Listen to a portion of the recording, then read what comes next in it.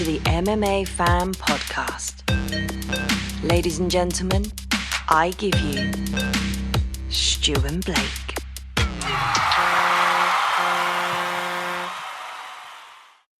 Hello and welcome to the MMA Fan Show. I am Blake Harris, and joining me as always is Stuart Fenn. How are you?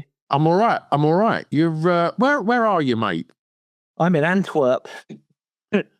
I've literally got here about 20 odd minutes ago, 30 minutes ago. I got here and ordered a KFC, and then you rung and went, should we record this? Because we were supposed to be doing it tomorrow, and I've had a different call time. I'm now up at like 6:30 in the morning, or get picked up at 6:30 in the morning, Belgium time tomorrow. So we can't record tomorrow morning, which is what the plan was. So now it's been a bit of a chaotic scramble to record it tonight. So thank you very much, Stuart Whiffen, for making this happen, because you were busy as well, and you've been able to get home and able to record this. But I've literally wolfed down the KFC. I've got my phone on charge. I've got wardrobes and whatever else behind me.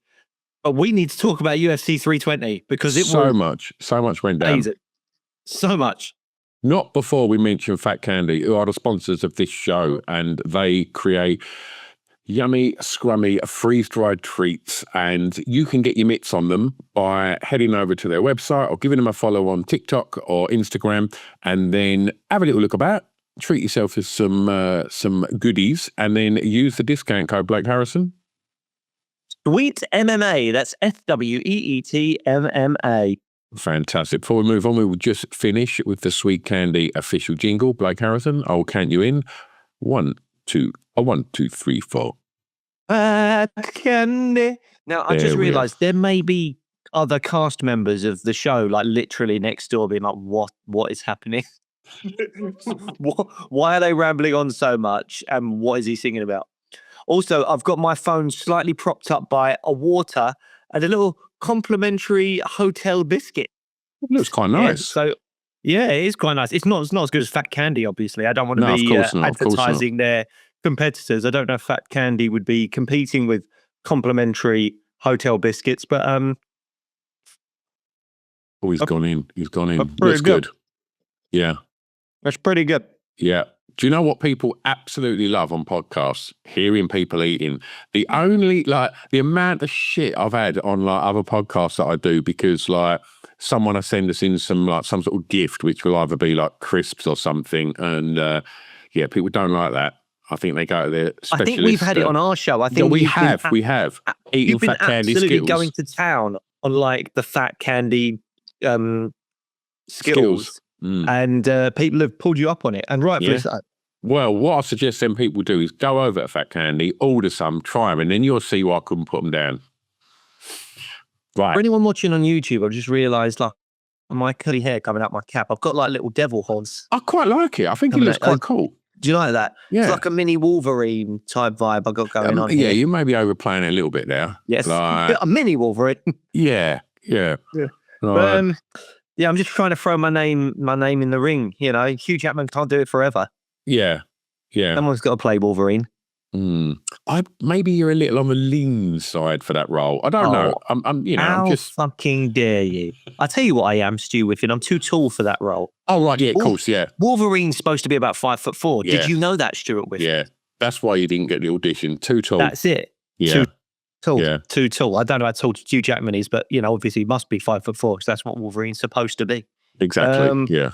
So yeah. Anyway, should we talk about any fights that happened, or should we just chat shit? Let's talk about PEREIRA versus Ankalaev. Oh my God. Firstly, I'd like to say I think this could be the best card of the year. And I sort of owe you an apology, because when we were talking about it last week, you brought it up. And I don't know if I was just in a bad mood, but I sort of just went, and I wasn't overly enamored with the card. I really liked the top 3 fights, but the rest of it I was not bothered about. And as it got closer and closer to the fights, as Friday rolled along and I woke up Saturday morning, I was so unbelievably excited about these fights happening. And I just burped as well. So that's another one for the podcast listeners to enjoy. That's what happens when you start chomping on biscuits in the middle of the show, Blake. We've literally just wolfed down a huge KFC as well. Yeah. Yeah, so I was unbelievably excited for this card when it actually rolled around, and it really delivered. Like the main card, especially finish, great fights, huge loads at stake. Like it really delivered for me. How did you watch it, and did you enjoy it? So I got up Sunday morning and like actually went out Saturday, a rare Saturday night off, and so I managed to sort of go out and watch a band and have a good drink up. And so I should have just took advantage of having a nice lay in, but I didn't. I woke up and I was like, I think I got up at about 6:30, and so I woke up and I was like, oh, go back to sleep this afternoon. Oh, UFC. And then I was just couldn't get back to sleep, so I just go down and put it on and thoroughly enjoyed it. Excuse me. Yeah, I thought it was fantastic. This has been a delight for the listeners. If you like the ASMR, then they're in a roll treat. This is an absolute nightmare. I mean, we are doing this in a mad rush, so forgive us. But this has been a nightmare. Alex Pereira, wow, man. He wanted it, didn't he? Oh, mate, he was fighting angry. He was pissed. He was like obviously very unhappy with Ankalaev. They seem to just not like each other in general. He was saying in the build-up to this fight that he was ill in the previous fight. And whenever fighters say that, you always be like, yeah, okay, maybe not. I don't know if it's going to change anything. He was just a completely different beast. And he just did. Look, one thing that we said last week was what Ankalaev did really well was he got Pereira to move backwards. And when Pereira's on his back foot, he just doesn't fight as well. It just wasn't as good. And Ankalaev was able to dictate a lot of aspects of that fight in the first fight. Pereira was clearly made just the perfect adjustment and just went, well, I'm not going to be on the back foot. I'm going to be on the front foot. And throw. I'm going to walk him down and just throw with reckless, well, maybe not even reckless abandon, but just throw big, hard shots. And Ankalaev crumbled pretty bloody quickly. Yeah, just phenomenal stuff from Poatan. I mean, 38 years old. Obviously, it's light heavyweight. It's not like it's featherweight. So that is, I'd still say that's past your prime slightly. And he's still putting on performances like that and winning his belt back and stuff. I mean, the guy is just magic. You love to see it. I'm going to ask you a question later just about whether this is one of the most exciting UFC careers we'd ever seen. But who's had a more exciting one? I can't. Well, that's what I'm saying. I can't think off the top of my head. For the time frame, it's ridiculous. That's what I'm saying. The time frame to come in and just do this, and even Israel Adesanya, I think, said he's only here because he beat me a few times in kickboxing, and they want to try and make that fight. And you could argue that, well, I think it's a very easy argument to make actually, that he didn't really beat anyone good in the lead up to Israel Adesanya, except maybe Sean Strickland. And even that, Strickland came out with the worst game plan of all time and just thought, I'm going to hands down, chin in the air and just come forward. And Pereira just smashed him with a left hook. The narrative for the easy thing was there, so he fast-tracked. Make no mistake. There's no ifs or buts. He was fast-tracked to the belt because of his relationship or the rivalry he had with Israel Adesanya. Otherwise, we do not get Pereira in the state he was in. We may be getting fighting grapplers and struggling or something like that. But then he's beat Izzy, become a champion, then lost to Izzy in quite dramatic fashion in the rematch, and then picks himself straight back up, goes up to light heavyweight, has a close fight with Jan Blachowicz. It was a close fight with Jan, but does all right up there, then wins the belt, and then rattles off title defense, all in quick succession as well, running to the rescue of the UFC. At UFC, was it 303 when Conor got injured and stuff like that. And then he loses the belt to Ankalaev earlier in the year. There was a lot of talk of like, why are you bothering rematching him? Just go up to heavyweight. Like, we're fine with it. Just go to heavyweight. We're not bothered. He's like, no, I was ill. That wasn't me. I was ill and I'll show you. And he friggin' did, man. He just came forward, as you said, huge right hand. Ankalaev goes down, and those 12-6 elbows were nasty. Yeah. Like, absolutely, to the point where, like, maybe this just says something about me, but I've heard people talking about, like, oh, was it a slightly early stoppage? Or like something like that. I'm like, I was calling for Herb to stop it about 3 or 4 strikes earlier. Yeah, as soon as he started raining them elbows in, it was like, yeah, I think like we're good here. But Yeah, you know. I was done. I mean, good on Herb, I guess, for giving Ankalaev all the time in the world to get out of it. But for me personally, I was like, this is done about 3 or 4 seconds earlier. If Herb had stepped in 3 elbows earlier, I'd have been perfectly happy with it, no problem at all. So the fact that some people are saying, and again, I don't think people are saying this as if the result would have been different. I think they're just saying it like, oh, maybe Herb stepped in a bit early or whatever. I don't think that at all. I was happy for it to be stopped when it was stopped, or even slightly earlier. So yeah, absolute dominance from Poatan. Another toe issue as well. Like, I see him faffing with it at the end, didn't he? Yeah, so I don't have to, and that's something that's come up a few times. So I don't know if he's broken his toe a couple of times now, and in the middle of fights, if that's just something that's going to happen on every fight, I don't know. Every leg kick he throws, he's just going to bust up a toe. But the way he just like casually bends down and adjusts as well, like he's probably flopping about. He's like, I am stone hands. I don't care. None of this bothers me. And I had a moment with my daughter. So my kids were up by the time this was happening, so they did see a bit of this, although they were on iPads or whatever. But I was freaking out. I was jumping out of my chair. And when he did the TikTok meme, you know, the hands coming down as if to say, "Look, you see," that he did to Jamal Hill, and he did that again over Ankalaev. I was just like, oh my God, that is so cold. And my daughter just went, Dad, you cannot say that. I was like, why? She was like, you are too old to say that. I'm not allowed to say something's cold in that way. I don't know if there's other dads out there or mums out there listening to this that have a similar thing. My daughter's just turned 12 and then, oh no, we've lost everything. The biscuits are down. If you're watching this, you're getting a waltz and all tonight. Yeah, I think my eating a bit of that biscuit just took the weight off of it a bit, so now it's not propping on my phone in the way that I wanted it to. But yeah, my daughter had a go at me for saying the word cold in that context. Apparently, I'm not allowed to do that with him. So there was a lot going on in my living room early Sunday morning. Yeah, I was losing my shit at that, and obviously there was other fights which I was literally just bouncing off the sofa watching. But okay, so when he was faffing with his toe, obviously he was doing his post-fight interview and stuff, and subsequently, you know, there's been stuff coming out saying that obviously we was all sort of saying, oh, but you know, win or lose, at some point he's going to go up and fight Tom.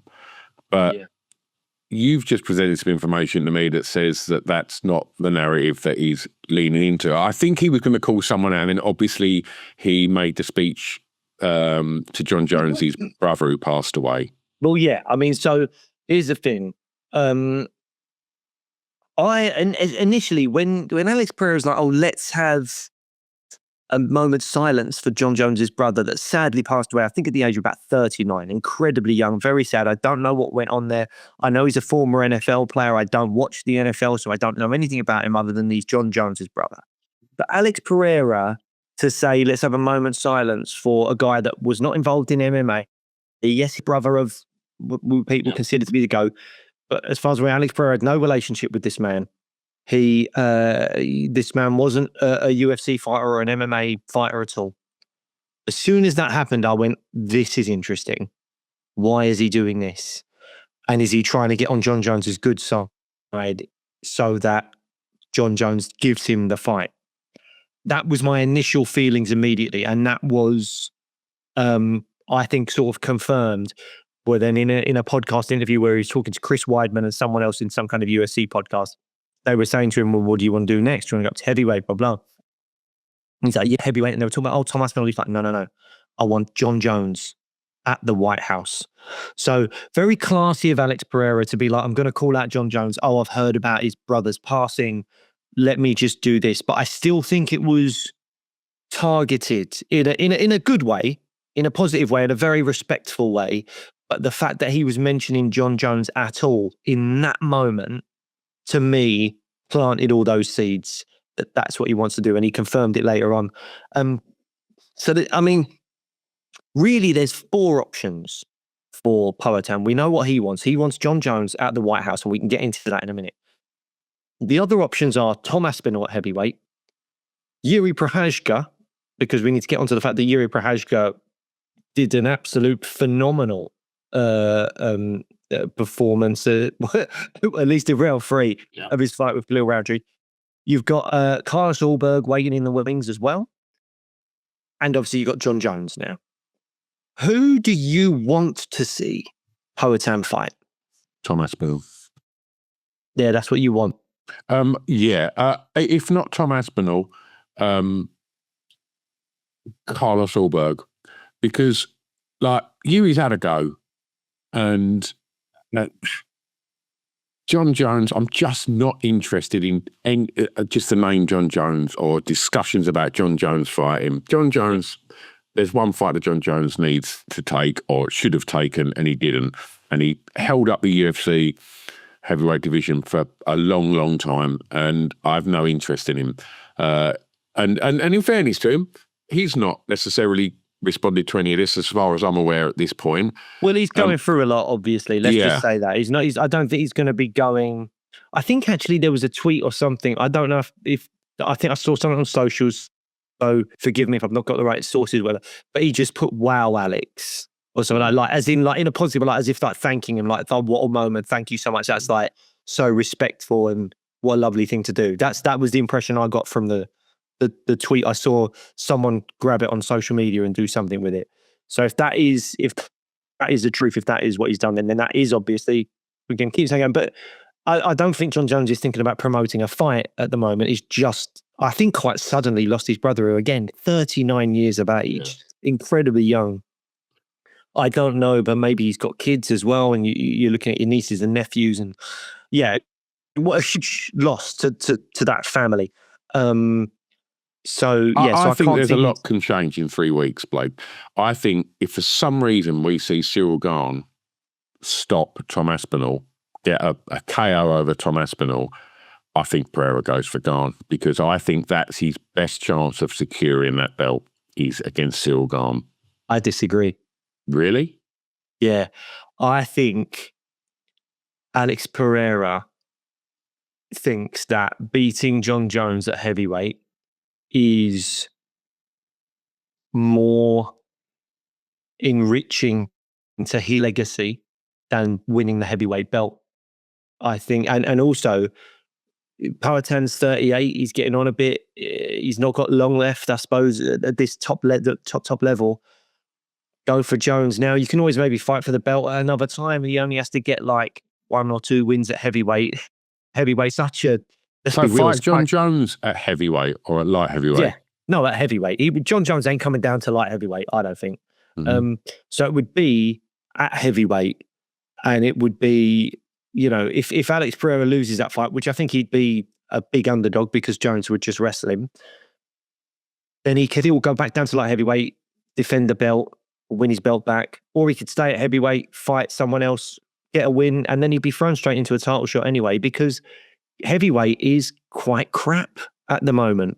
There's not a lot going on there. Other than Tom Aspinall, there's no one that people are overly excited about.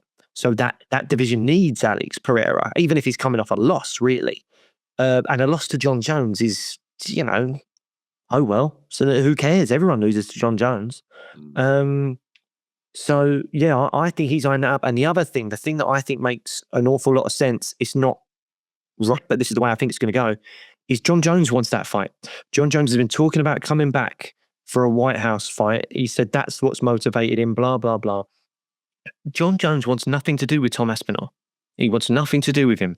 But during the time where they were hoping to make that fight, John Jones was mentioning one name over and over and over again, and it was Alex Pereira. He was mentioning that name in interviews online, saying Alex Pereira's done more than Tom. That's a bigger fight, blah, blah, blah. And as much as we all know why he doesn't want to fight Tom, and it's because, Tom's a bigger threat, he's not wrong when he says it's a bigger fight. Alex Pereira is globally a much bigger star than Tom Aspinall. That's just the facts.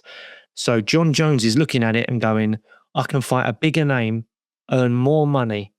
Well, we'll get onto the money maybe side of that in a minute, because obviously pay-per-views won't be a factor, but I can fight a bigger name and it's an easier fight.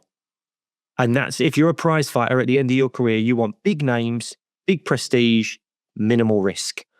And Poatan obviously can knock anyone out, but compared to Tom Aspinall, John Jones is a much bigger favourite against Poatan than Tom Aspinall. So it just makes sense all round. The question is whether Dana White would give him that opportunity at the White House when Dana White has said that he doesn't trust him to be in that position. I don't know if you can trust Conor McGregor, who he's been saying lots of positive things about, to be in that position, given the state of, you never know what kind of allegations might come out in the future with regarding Conor McGregor. You could say and the same John about Jones. You could say the same about John Jones, yeah. Do you have to try and put both of them on a card in the hope that just one of them makes it?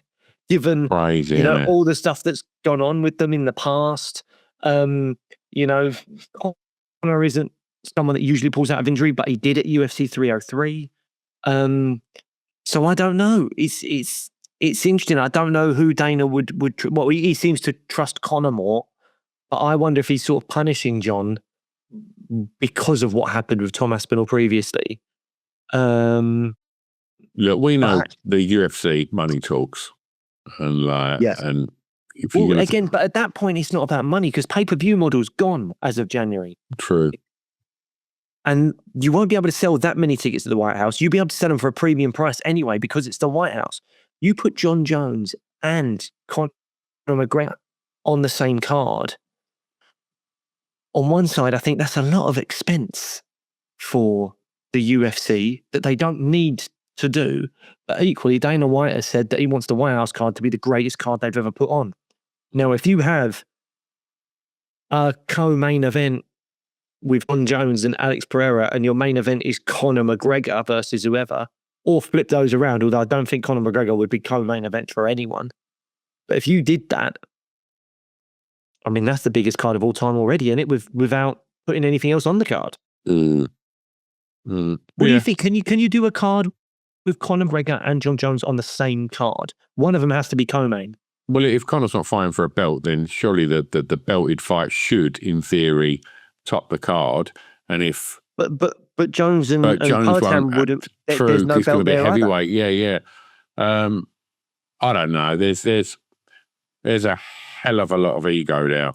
And do I want to watch Conor McGregor fight? Nah. Do I want to watch John Jones fight? Nah. So I ain't that bothered if it don't happen. I just think the heavyweight division's pretty dull at the moment.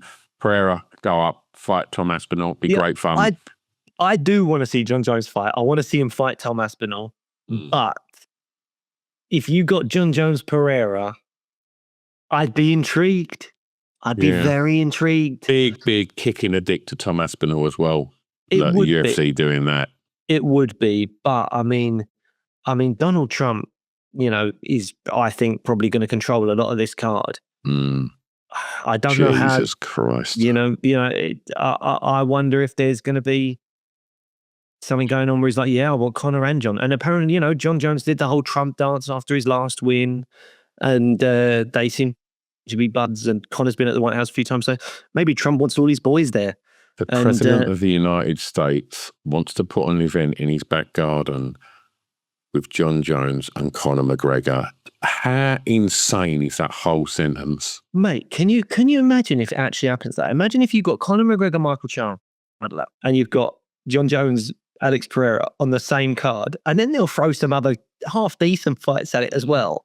I mean, take away the political aspect, take away, all of the allegations surrounding many, many, many of the men involved, which is, problematic. But if you just look at the sporting aspect of it for MMA as well, a sport that was illegal in New York until only a few years ago, was illegal in France until only a couple of years back. Like, mental, isn't it? Going, oh, this time it's not the NFL, it's not the NBA, it's not Major League Baseball, it's not, the FIFA World Cup. It's the UFC on the White House lawn. It would be, and if you throw those names on there as well, it would be one of the biggest. I don't know how you would ever make anything bigger ever again. It would be massive. Absolutely massive. Yeah. There you go. I just hope it's all about Pereira and not about John Jones. Should that happen? That's not. And No, it's it'd be about both. And I don't. It I would just be think. about both. Oh no! It would be about both because it has to be. You've got the GOAT versus a guy that everyone just loves him. Everyone loves Pereira so much, man. He's so brilliant. Everything about him, Shammer, the walkout, the knockouts, everything about him is brilliant. And 100%. he'd be fighting John Jones. It'd be so funny because it'll be like an America against the world type vibe, I think, because it's American Independence Day around that time. But I wonder if a lot of America will actually be rooting for Pereira. Oh, 100%. Because they love him. No one loves John Jones. Well, look, let's not just keep talking about John Jones because he had his chance and he should have fought Tom Aspinall when he was a champ and acted like a champion and done what champs do. And he didn't. And now there's an easier option for him. He's like, I want to do this now. And I'm fucking... I think it happens. Yeah, it doesn't. Think it wouldn't happen. surprise me. But am I into it? I ain't. No, I might be a little bit. I might be a little bit into it. I might have to. With it, I'm a little fish and I've just seen that wriggly worm and he looks tasty. And I've had a little bite. I think they're reeling me in. They're reeling me in with him. I can't help it. It's like a moth. It's like a moth to a flame. I just see it. It looks so pretty. It looks so nice. I just want to feel its warm glow. I want it to embrace me with it. Dear, oh dear. I'm evil. I know. Well, look. Here's something. Like, let's. Right, I'll tell you what. If this happens, we're going to go a bit around the houses now. If this happens, if Pereira fights John Jones, I think they will make an interim title fight, at least, if not a vacant one. They will make an interim title fight. The August interim title fight would be Carlos Ulberg versus Jiri Prochazka. Now, we will get on to Merab and Corey. But do you know what's really annoying? I'm recording this we're doing this Zoom on my phone, and I had a little clip lined up for you within to see that would have been on my phone. And it was a clip from this show called the MMA Fan Show, where one of the hosts said, Khalil Roundtree will be winning this fight until he gets knocked out. Mm-hmm. And look what happened with him. Mm-hmm. Khalil Roundtree, all over Jiri Prochazka for 2 rounds. Jiri was slipping over, like something was wrong with his leg, or he couldn't grip the mat, or something was really weird with him. And then Jiri went, oh, you've hit me with loads of shots. I don't care because your name's not Alex Pereira, so I don't care that you're hitting me in the face. Now I'm just going to fuck it up. And he did. And it was an incredible sight. Khalil Roundtree just couldn't do anything. He felt the power. Right, we're talking about this fight now. Yeah. Right. What do you think I was talking about? I thought we were going to do Merab next, but that's fine. No, I told you we're going to skip on. We'll talk about Merab later. Right. Oh, okay. I specifically said Khalil Roundtree is going to win this fight until he's knocked out. Could you not wait until we spoke about Merab to bask in the glory of your prediction? They're all linked, mate. They're all linked because Right. we're talking about Poatan and him moving along with the belt. So now we could end up with, Jiri versus Ulberg for an interim title, very potentially. Khalil looked great, and I don't think Jiri looked spectacular in that third round. I think Khalil Roundtree was fucking exhausted. He was blowing out of his arse. I think he got exhausted because he felt the power. Because Jiri just went, I think Jiri just went, fuck it. And he hit him with some strikes. And Khalil just went, I'm not enjoying this. And it's like the health bar just depleted, like on a video game. He got hit a few times, the health bar depleted, and he had nothing left. And yes, then he did get really tired. But I think it was a combo of like tired, but also I'm hurt. And great fight. Great fight, man. Really fun fight. Jiri Prochazka is just a one of one. There is no one else like Jiri Prochazka. As a fighter, he's utterly mental. And he just bounces around. When he can be bothered, he bounces around all over the place. Sometimes it takes him 5 or 10 minutes to just get smashed in the face a few times to then go, oh, okay, I'll fight now. And then he bounces around, jump flying knee. He's in the middle of throwing a flying knee and then he'll throw a left hand. He'll spin at you. He'll do all sorts of crazy stuff. He'll start entering the matrix, slipping shots and throwing counters back at you. And then outside the cage, he's wearing like a samurai kimono style thing. And he's like in tears when he sees his rival win back the belt. It's mental. But there's something so amazing about it. Like the fact that he watched Pereira reclaim that belt and it made Jiri emotional. Like he was like, yes, my rival has done it. I have so much respect and honor for this champion. It's made me emotional, but now I'm coming for it. Like it's just, he's just nuts, man. But I love it. I absolutely love it. You know, if you've got, let's say, hypothetically, I think Pereira's moving up, but let's say he doesn't. Let's say he gets one. The UFC are like, no, come on, give us one more title fight. We'll sort something out. Does he fight Jiri or Allberg? Allberg. I think it has to be Allberg, right? I mean, even though Jiri has captivated us once again with the performance and everything else about he's Jiri. a much bigger star, bigger. You know, like he's definitely a bigger fight, but he's had his 2 losses. Do you know what I mean? And it's like, you know, Allberg looked good last time out, and he's, you know, theoretically, I think he should be next, and I think it's, I don't know, I can say it's an easier fight than Jiri, because he's beaten Jiri comfortably. But I don't know if it is easier, but I would say Pereira is the favourite against any of them. Yeah, 100%. I think beating 100%. Ankalaev means that Pereira is the favourite against anyone in that division now. So he could stay there and just keep winning, but I think he wants greatness, and he's 38 years old. He knows time's ticking. I think he's going to go up to heavyweight, and I think if he doesn't get John Jones, he'll get Tom Aspinall. But we'll have to see. What do you think's next for Ankalaev? Well, this is interesting. Ankalaev, I think, is in a bit of trouble here.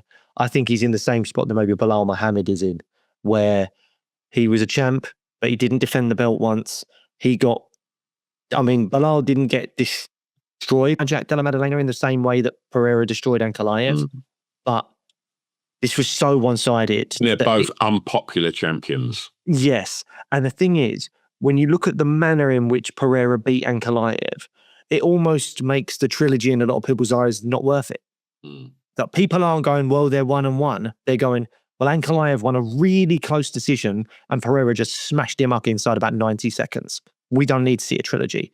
Ankalaev's going to have to get 2 or 3 wins to get back to the belt, I think. And it's a bit like Belal Muhammad's got a fight put against Ian Gary now. Great fight. But if Belal Muhammad wins, he'll call for a title shot, but he won't get it. He'll have to win again. And Ankalaev's in that position. He's going to have to fight someone. I don't know who, but he's going to have to fight someone. And then he's probably going to have to fight someone again, and maybe even again. He's going to have to get 2 or 3 wins before the UFC let him get a sniff of that title, because they didn't want him to get it in the first place. So it's tricky. I mean, Ankalaev, Khalil Roundtree, I'm down for that. I do think Khalil should take a break, though. I think Khalil should have a bit of a break. He got badly beat up by Pereira, and then was it like a year or so later, smashed up by Jiri. Khalil needs a break. I love Khalil, though. But I think he looks so good in the opening round. So great in the first 2 rounds. And let's not forget, he absolutely schooled Jamal Hill as well in his last fight. So, yeah, but I think Khalil probably needs a break, rest up. But I think light heavyweight is a bit like heavyweight in that there's not a lot of great fights in there.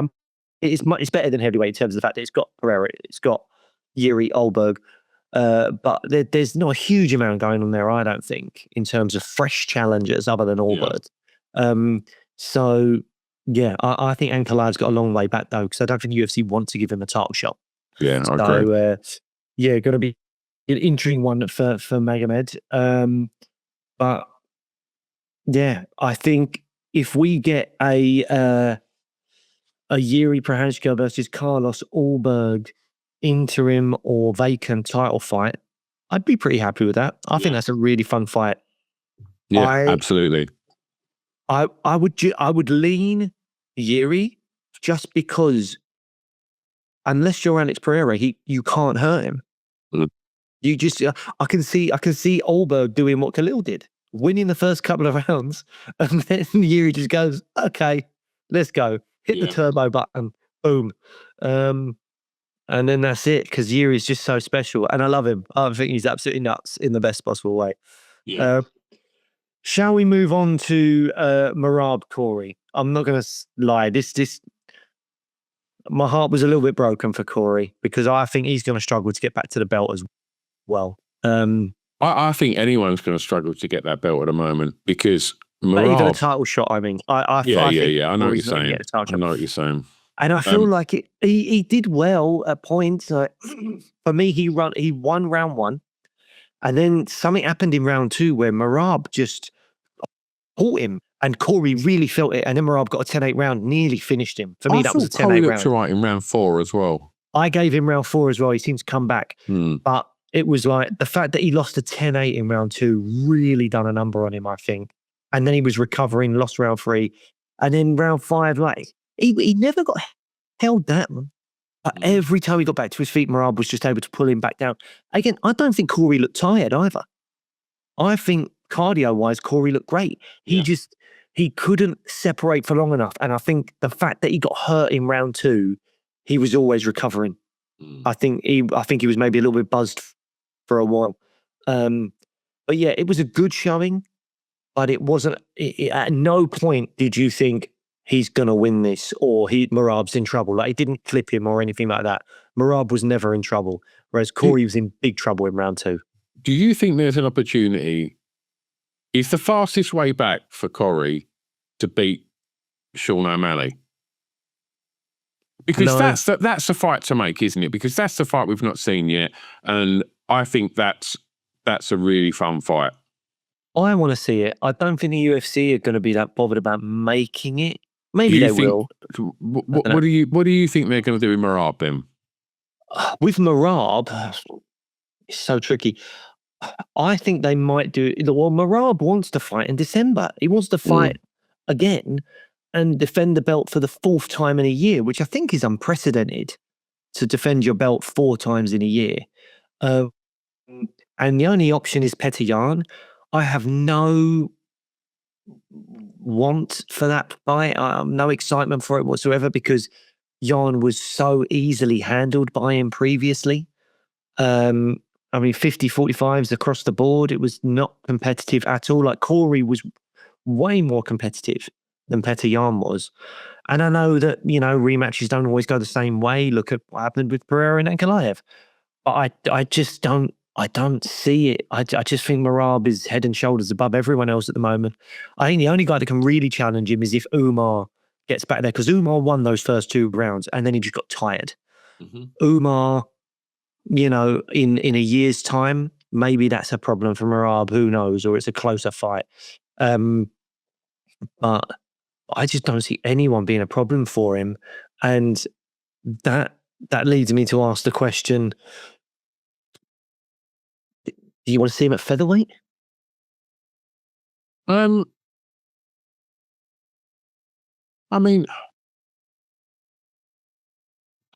I guess so, because he's looking unstoppable. He is looking unstoppable, and the fights that are left in that division, he's cleared out the division. Like, so what is left? Is he going to go up? Like, because obviously we know that Aljo's up there, and that's not going to happen. But I do think there's a lot of fights. If he goes up, one fight, then a challenge, you think? Or do you think he could go up and fight for the title? Oh, if Mob goes up, it's a super fight straight away. He goes straight for the belt. But I don't know that Merab's bothered about it. He knows Sterling's in that division now, so he probably wants to stay away from his mate. Yeah, I mean, I would watch it. Volk versus Merab is something Wiggly mentioned on this show like a month or so ago. That's a fun fight, though. I'm interested in it. I mean, the only thing is, obviously, Volk's probably fighting Lerone Murphy, although I'm hearing rumours that they might do the Lopez-Volk rematch, which I don't want to see. Not right now, anyway. I want Lerone to get his shot. I don't know. I don't know. I just there's just not much there that's overly exciting. Like Pantoja coming up could work, but Pantoja's probably going to fight Josh Fan first. So Pantoja going up in weight could work. Just as I mean, I think Merab would be a huge favourite. That's a good It's at least shout. I something like fresh. that. But It's I something think Josh fresh, isn't Fan, it? that Josh Fan fight's going to happen. I think Yeah, that's that's going to gotta be happen. it. But I mean, the only fight I can think of that would be interesting in his own weight class, and a few things have to happen first, is if Mario Bautista beats Umar Nurmagomedov, because I think that's a fight that's booked. So if Mario Bautista beats Umar Nurmagomedov, which I think is a huge ask, if he does, then I want to see Mario Bautista fight for the belt, because he's on a very long win streak. He's done very well.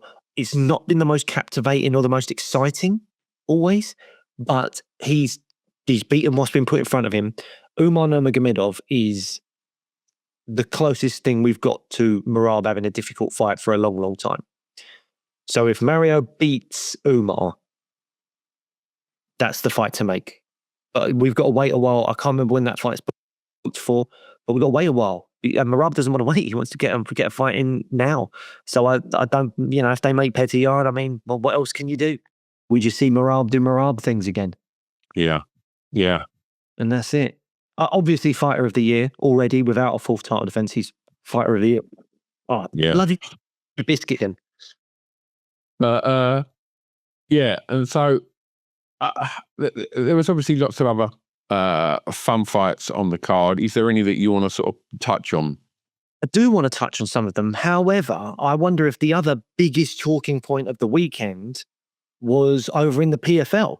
Well, if we're going to talk about bad scoring, let's stick with the UFC and talk about Patchy Mix first, because that's caused quite a lot of controversy, hasn't it? I didn't think it was that controversial. I thought, for me, Wixlax won round one. Impressively as well. He won round one. To be honest, I'm slightly forgetting it, if I'm honest. But I thought Wixlax won round one. I thought round two was really close. Could have gone either way. And I thought round three was Patchy's round. So I'll go Patchy's second round as well. All right. Well, there you go. So I mean, I didn't really pick one. By this point, I'd watched, because I watched the main card first. So by this point, I'm sort of going, "Come on, guys." Yeah. And the kids are up and everything. So yeah, I mean, the way I scored it, it could have gone either way, and I wouldn't have been bothered about it, and I wouldn't have called robbery. I was just like, okay, cool. It's devastating for Patchy Nix. I think he's done. I don't know whether they'll cut him or whether they just get him to fight out his deal, but I don't think we're going to see Patchy Mix in 2027 in the UFC. Yeah. We might see him do one or two more fights next year, and that is for Patchy Mix. And where he goes after that, I have no idea. Is he welcomed back to the PFL? Imagine if he loses 3 or 4 on the bounce. Is the PFL interested? I don't know. Oh no. I don't think PFL put on a good card at the weekend. There was some interesting fights. Corey Anderson on that card. Sergio Pettis, fantastic. Did you watch the whole card then? No. But you watched the Paul Hughes fight? Yeah. How did you watch it? Because I wasn't even I aware watched it on YouTube. Are you able to watch it? You able to watch it on YouTube? Is that all right? Did they put it out on YouTube, or did you don't know find if the PFL put it up on YouTube? No, I didn't watch it. Didn't stream it on YouTube when it was on. Just Sunday morning, just put it on and watched it. I didn't even think to do that. Yeah, so I haven't seen it. I've heard a lot of chatter, a lot of people talking about bad scorecards. I've heard one person say that they scored the fight for Usman Nurmagomedov, but the 45 scorecard was disgusting. That's the thing. And then I've heard a lot of people actually saying they scored the whole fight for Paul Hughes. So, Stu Within, what is your take on Hughes Nurmagomedov 2? I gave it to Usman. I thought he just nicked it. However, there was 3 nut shots in one round to Paul Hughes, and I think had he have been penalised for that, I think that could have gone to Paul Hughes. But the thing that pissed me off was the 50-45. It was like Paul Hughes looked really good, and I mean, don't get me wrong. whether we'll see a third, I don't know, because it's there's no one else in them divisions that are going to give each other the fights that they give each other. There's on any other day it could have gone to Paul Hughes. I think these two are so well matched, and I'm curious to see now he's come off of like his second loss to him, if there's going to be other options outside of the PFL for Paul Hughes, because I know before he got there, we was all presuming that he was going to go to the UFC and become a superstar, and I do think he's one of the most exciting fighters to watch in the PFL, and I just think that the location of that fight at the weekend wouldn't have done Paul Hughes any favours either. I do. Well, that's what a lot of people have been talking about. They've been Yeah. talking about, they've been sort of shouting corruption, really. Yeah. Do you think it's that bad, or do you think it's do you think it's as bad as, or maybe some money's exchanged hands, or there's something going on, or do you think there's just a bit of incompetence here, or someone's had a bad night at the office in terms of judging?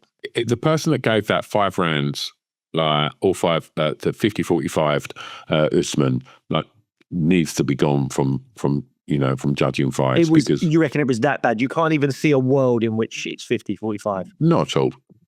And I think that's something that needs to be sort of looked at. I really felt for Paul Hughes because it could have gone his way. It was a close fight, and I just think that, I did feel at the end of the fight that Usman has probably got it, but then hearing them scorecards, it was like, oh, come on, like that's madness. And obviously, where it was situated, the fight, I did just think, oh, have they done him a dirty here? I don't know. Do the PFL want that name Nurmagomedov at the top? Is that a big name to have, as I guess one of your, if not your poster boy for your organisation? I don't know. It smacked a bit. And obviously when you start reading comments and stuff, everybody's one way or the other, no one's meeting in the middle. It's pretty, you either throwing your toys right out the pram for Paul Hughes, or you're gloating at the win of Usman. But I think the scoring was disgusting, and I felt for Paul Hughes. He just looked gutted when not just at the loss, but I think that hearing him scorecards, I think he just thought, oh, I've been done a dirty here, and I understand why. Yeah, well, thoughts go out to Paul Hughes there. Then I'm gonna have to try and get round to watching it at some point this week, and I'll give you my opinion on it. Yeah, I'd like to get your take on it, because it was a good fight. It was a close fight. The nut shots. I was like, oh, definitely 50-45 Usman. Definitely. Oh, for sure, 50-45. What's that? How would you feel if I was saying, oh yeah, definitely 50-45 Usman? Like, sure. I'll just literally just throw my laptop straight out the window. Right, something else to go back on. Oh, well, actually, before we move on, like PFL, I did see the highlight of Sergio Pettis against Magomedov. Nasty spinning back. It was a spinning back elbow, wasn't it? Yeah, and they mate. caught him on the way down as well. Yeah. Jesus. And that reminded me a little bit of was it Horiguchi that he did that to a couple of years back? That's right. Where he just again was back to the fence, was getting beat effectively, and then all of a sudden spinning back elbow, bang. Sergio Pettis getting some highlight reels like his big brother. Zalal versus Emmett back at UFC 320. I think we have to mention this because this was a weird one. I didn't know what happened. I thought that verbal tap, wasn't it? Verbal tap, yeah. And I mean, Yusuf Zalal, went on a long, we discussed this in the preview show, went on a long losing streak, then went back on the regional scene, put some wins together, has done really well since coming back to the UFC, like 3 or 4 wins on the bounce, but none of them great wins. Beating people that you go, yeah, sure.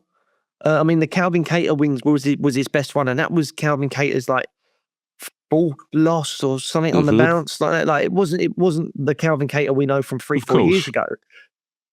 To do that to Josh Emmett, I know Josh Emmett's 40, but to do that to Josh Emmett, to just take him down immediately and get the armbar finish and a verbal tap. I mean, that felt legit to me. I mean, the call out was atrocious. He called out Lerone Murphy. It's as if you're getting Lerone Murphy mate. That was horrendous. I think Rogan said, I think he Rogan said, be- well, I think the thing is looking for the belt, mate. I think that's a terrible call out.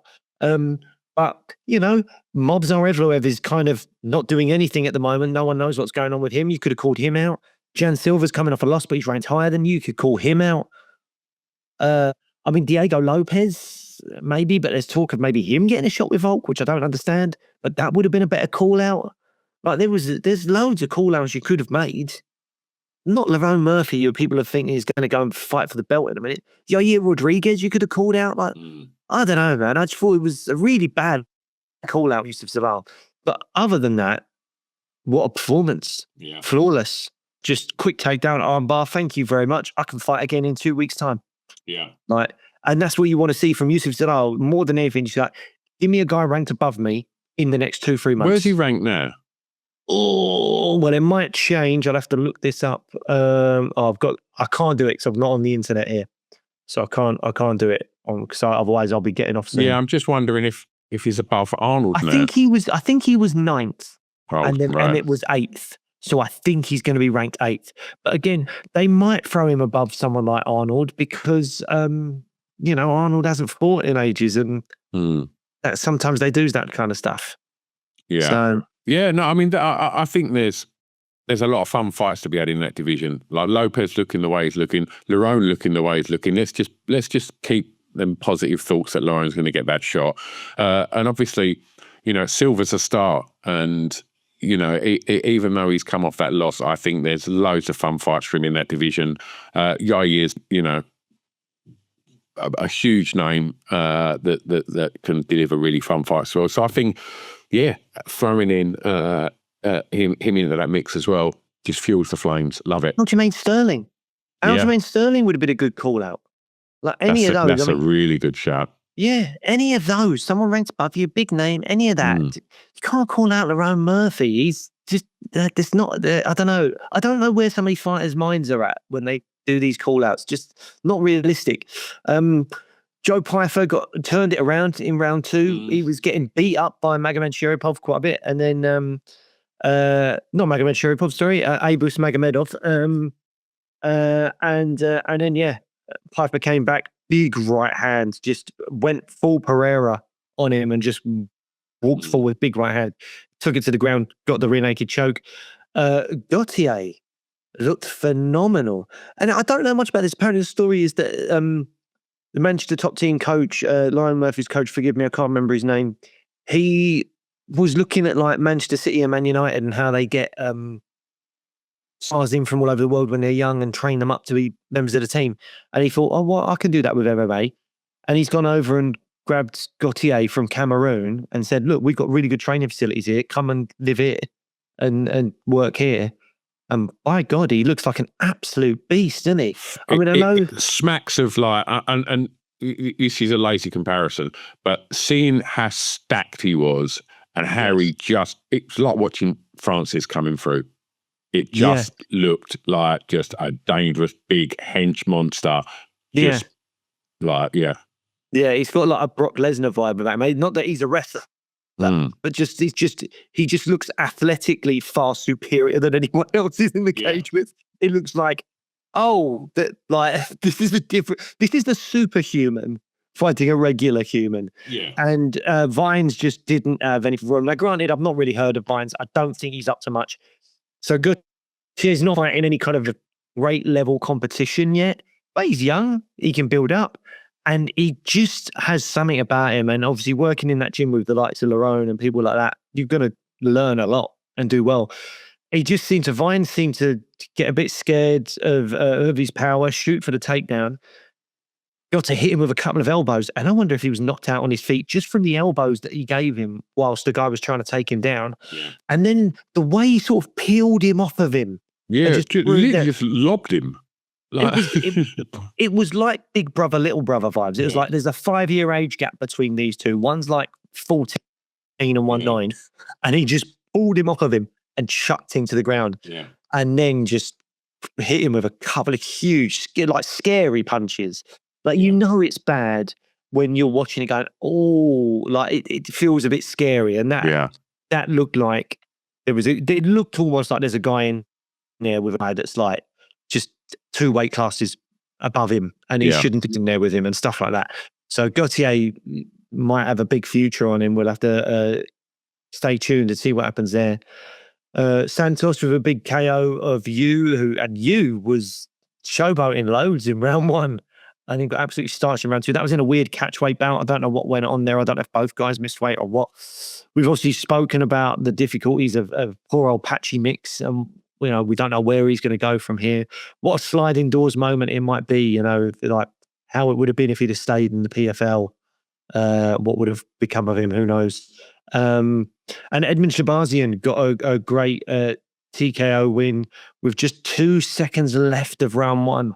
So well done, Edmund Shabazian. He's a guy that has had a very up and down career in the UFC. Only 27. It feels like he's been in the UFC for they ages. made a comment of that, didn't they? They went like, "How is this guy 27?" Yeah. Like, I've not seen the Veronica Hardy fight.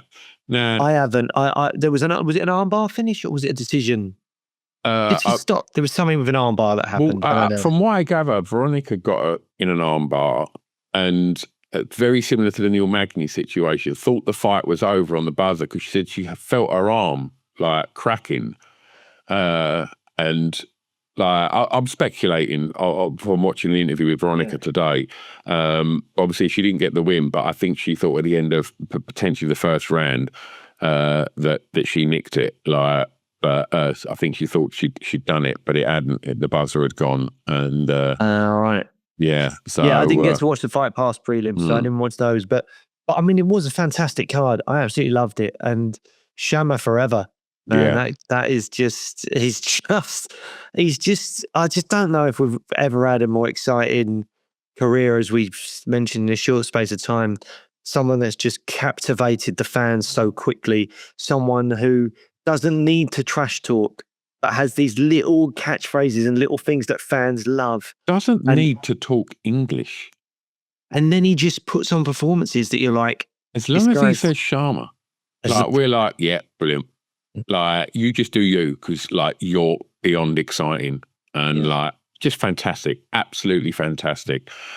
Love the fact that he had his kind of slick hair for the media stuff, and then fight night, it had all gone. And it had just gone back to badass Alex, and it was like, here we go. And like just watching him and Glover and the rest of his team just doing that little PEREIRA dance as well. Like, I just love it. Like, I'm totally signed up, and I think that anyone that loves combat sports, you can't not be excited by Alex Pereira and where that journey is going to go. If it goes on to fight John Jones, okay, but I'm there for Pereira, not for John Jones. If he fights for Tom Aspinall, I'm all over it.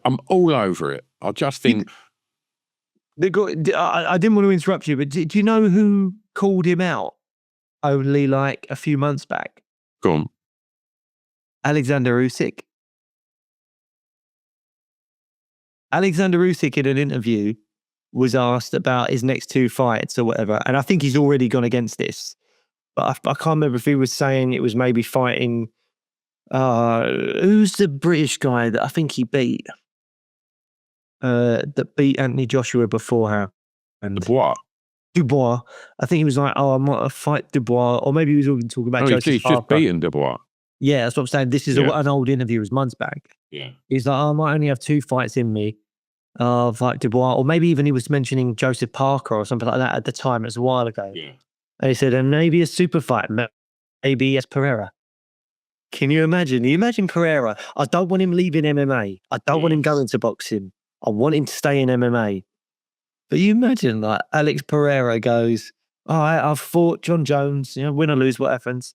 I'll have a little stint at heavyweight, hopefully fight for the belt against Tom Aspinall. We'll see what happens. Oh, hang him up. Chuck on box Alexander Usyk now as well. It's just phenomenal, isn't it? It would be amazing. And the thing is, it's all possible. That is a crossover boxing fight that obviously Usyk's a massive favourite. Usyk's not going to lose to Alex Pereira. But I'd watch it. That's the one, but I'd watch it because I love Pereira. I just love it. I just want to see, I'd like to see him at heavyweight. What can happen now? Me too. It's exciting. It's exciting. If we got a 3-weight champ, huge. Yeah, but to do that, Tom's got to lose, mate. I don't know if we want that. No, I know. I can't sacrifice Aspinall for it, but But yeah, who knows? Who knows? Oh, mate. It's going to be interesting. John Jones versus Alex Pereira at the White House. Jesus, man. It could happen. Yeah. It could happen. And it's interesting, isn't it? Because all of these people, Tom Aspinall is a big star. John Jones is a big star. I think Pereira's a bigger star than both of them now. I think he's a superstar. I think there's generations of people that now watch UFC that don't have their memories of John Jones that we do. Oh, yeah. And Oh, like, but what I they've agree with got, that. they've got a 3-year memory, Yeah. or however long Alex Pereira's been in the UFC, of just this guy just winning, losing, and coming back and beating them. Look, and like, there was huge influxes of fans over the UFC's time. You know, the Ultimate Fighter Series 1 finale, loads of fans came on board. Conor McGregor, loads of fans came on board. COVID, loads of fans came on board. The COVID generation fans did not see John Jones at his best. They never saw it. They've seen the whole Alex Pereira journey. that's what I'm saying. So yeah, you're right. I don't know that I would say that Pereira is a bigger star than Jones yet, but I mean maybe. I don't think so. I think Jones is a huge star, but in terms of adoration, love, I think Pereira's your guy at the moment. Yeah. I guess if you've been watching UFC for the last 5 years and all you've seen is John Jones fight Stipe Miocic and Cyril Gane, like, I think, but then you've just watched all of what Alex Pereira's done. I know I'm excited to see fight, and it ain't John Jones. You're not wrong. You're not wrong.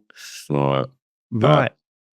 All right, we're done. We'll be back next week. I don't even know if is there an event this weekend? I think there may be.